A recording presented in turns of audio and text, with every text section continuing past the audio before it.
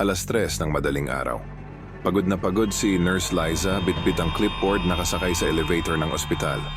Kasama niya ang isang tahimik na ina, mahigpit na yakap ang anak, at isang kasamahan niyang nurse na tila walang kaba.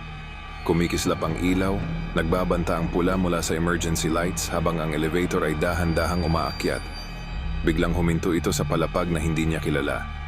Walang nakasulat sa panel, walang numero, tila isang lihim na lugar. Tahimik ang paligid, lumamig ang hangin na parang may bumalot na malamig na ulap. Napansin ni Liza ang wrist tag ng bata, malabo ang pangalan. Parang binura ng panahon at nalimot na ng mundo. Dahan-dahang bumukas ang pinto. Sa likod ng manipis na usok may lumang kwarto. Nakabukas ang pinto, parang hinihintay sila ng mga anino ng nakaraan. Walang tunog ang mundo, parang pinutol ang oras at hininga ng ospital.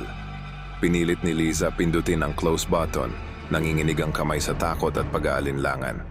Nakita niyang magkahawak ang kamay ng ina at ng bata, ngunit ang anino ng bata ay naiwan sa labas ng elevator, tila hindi kasama sa kanilang paglalakbay. Isinara ang pinto, bumalik ang elevator sa normal na pag-ikot. Nang lumingon siya, wala na ang mag-ina at ang kasamahan niyang nurse.